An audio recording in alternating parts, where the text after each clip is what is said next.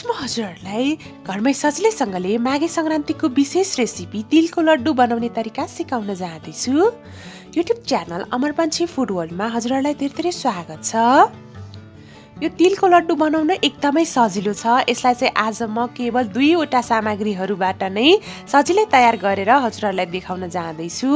यसलाई हामीले 2 देखि 3 महिनासम्म सजिलै स्टोर गरेर राख्न सक्छौँ। बेसी कुकिङ नै नजानेकाहरूले पनि यसलाई सजिलै बनाउन सक्छन्। आज यसलाई चाहिँ मैले 3 जनाको लागि तयार गर्न जाँदैछु। त्यसको लागि मैले 200 ग्राम तिल र 200 ग्राम सक्खरलाई लिएँ। तिल चाहिँ जति मात्रामा लियौँ सक्खर पनि हामीले त्यति नै मात्रामा लिनुपर्ने हुन्छ। यो सक्खरलाई चाहिँ अब म तोड्न जाँदैछु। यसरी सानो सानो पिस गरेर सक्खरलाई चाहिँ हामीले पगाल्यौँ भने चाहिँ यो छिट्टै पाक्छ। हजुरहरूले कुनै सिलौटा वा कुनै पनि ढुङ्गाको सहायताले यसलाई सजिलै फुटाउन सक्नुहुन्छ। यसलाई जति सानो सानो पिस गर्नुभयो त्यति नै यो छिट्टै पग्लिन्छ। चिनीबाट बनाउनु भन्दा सक्खरबाट बनाउनु चाहिँ हाम्रो स्वास्थ्यको लागि एकदमै राम्रो पनि हुन्छ। चिनीमा जस्तो केमिकलहरू चाहिँ हुँदैन यो सक्खरमा। हामीले यो रेसिपी चाहिँ चिनीबाट वा चाकुबाट पनि बनाउन सक्छौँ। यसरी सक्खरलाई मैले फुटाएँ। अब पनि एउटा प्यानलाई राम्ररी तताएँ र एकदमै सुरुमा चाहिँ मैले लो फ्लेममा राखेँ। तातिसकेपछि यो तिललाई चाहिँ हामीले 2 मिनेटसम्म एकदमै सानो आँचमा भुट्नुपर्छ। इनकेस यो तिल डढ्यो भने चाहिँ कति पनि मिठो हुँदैन। त्यही भएर एकदमै सानो आँचमा हामीले 2 मिनेटसम्म भुट्नुपर्ने हुन्छ यसलाई। यो हल्का पड्किने बित्तिकै हामीले चाहिँ ग्यास अफ गरिदिनुपर्छ। कन्टिन्यू चलाएर पकाउनु होला। यो तिल चाहिँ यो हल्का पड्किन थालिसकेको छ, हजुरहरूले देख्न सक्नुहुन्छ। अब भने मैले ग्यासलाई अफ गरेँ।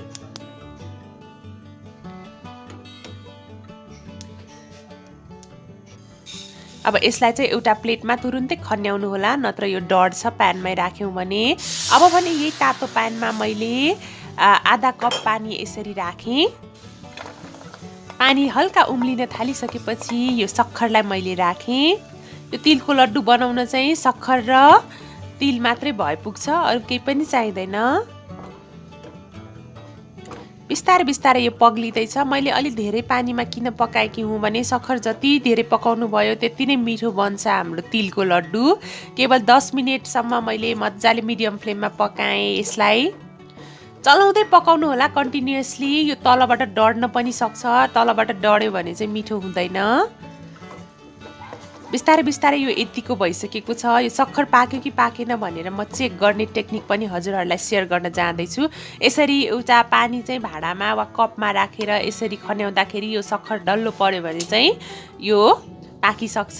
ग्यास अफ गरिदिनु होला र ग्यासबाट निकालेर यसरी यो तिललाई राखेर हल्कासँगले हामीले मिक्स गर्दै जानुपर्छ। यो चाहिँ अहिले एकदमै तातो छ। तुरुन्तै लड्डु बनाइहाल्यौँ भने चाहिँ हात पोल्न सक्छ हाम्रो।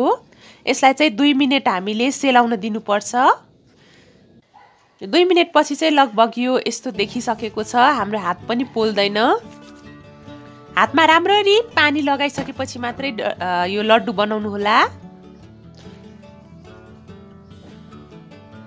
यसरी पहिला राम्ररी कस्नुपर्छ लड्डु बनाउनु भन्दा अगाडि। यसरी राम्ररी कसिसकेपछि चाहिँ हामीले यसरी राउन्ड राउन्ड सेप गर्दै बनाउँदै जान्छौँ लड्डुहरू चाहिँ। लड्डुलाई जुनै आकारमा बनाउनु भए पनि हुन्छ, तर राउन्ड सेपमा बनाउनु भयो भने चाहिँ एकदम मिठो बन्छ।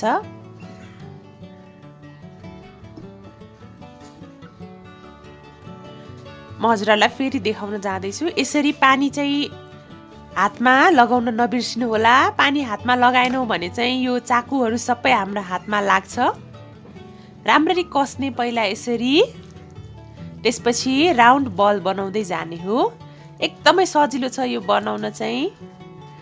हजुरहरूले के कुरा ध्यानमा राख्नुहोस् भन्दाखेरि यो तिल र सक्खरको मात्रा चाहिँ सेम सेम राख्नुपर्छ। यदि चिनीबाट वा चाकुबाट बनाउनुहुन्छ भने पनि क्वान्टिटी चाहिँ सेम सेम राख्नु होला।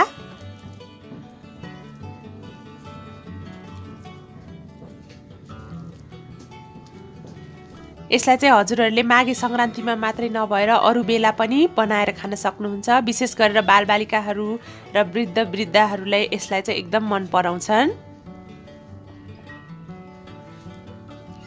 यसरी बिस्तारै मैले सबै तिलको लड्डुहरू तयार गर्दै जाँदैछु र यसरी हाम्रो पुरै तिलको लड्डुहरू चाहिँ तयार भइसकेको छ। लगभग 20 वटा जति तयार भयो। यसरी म हजुरहरूलाई अगाडिबाट पनि देखाउन जाँदैछु। एकदमै खाउँ लाग्दो बनिसकेको छ। हजुरहरूले बजारमा किन्ने तिलको लड्डु भन्दा पनि यो एकदमै मिठो बन्छ र एकदमै सबैभन्दा ठुलो कुरा त यो एकदमै हाइजिनिक पनि हुन्छ घरमै बनायौँ भने चाहिँ। हजुरहरूले एयरटाइट कन्टेनरमा स्टोर गर्न पनि सक्नुहुन्छ। आजको भिडियो हजुरहरूलाई कस्तो लाग्यो, मन पर्यो भने सब्स्क्राइब गर्नुहोला च्यानललाई। Thank you so much.